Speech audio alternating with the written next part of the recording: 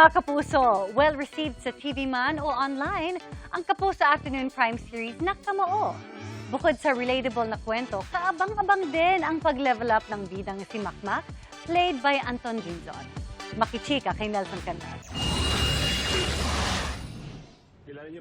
Malaki ang pasasalamat ng cast ng Afternoon Prime Series na Kamao sa magandang feedback na natatanggap ngayon ng kanilang serye. Para kay Neil Brian Sese na gumaganap bilang LGBTQIA+ boxer na si Nonoy, ama ni Makmak, played by Anton Vinson. Relatable at maraming natututunan ng mga manonood sa kwento ng kanilang karakter.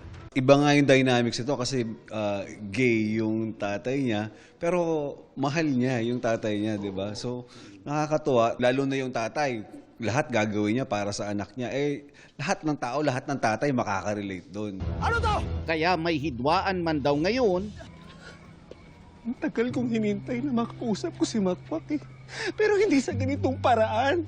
Love is love, ika nga, at proud daw si Nonoy kay Makmak. Bukod sa kwento ng serye, hinahangaan din online ang pagiging fitspo ni na Anton at Cruz Roland. Napansin daw kasi ng mga netizens ang body transformation ng dalawa, patungo sa boxer bod na nakikita natin ngayon sa serye. Paano ba nila ito na-achieve? Medyo mahirap kasi syempre ayoko din pumayat pero kailangan para sa boxing na physique. Buhat cardio boxing, yun lang yung routine ko.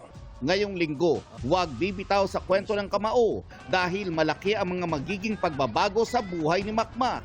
Lalo't nagle-level up na ang kanyang fight at ang kanyang mga makakalaban.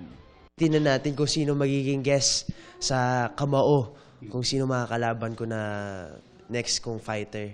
Nelson Canlas, updated sa Showbiz Happening.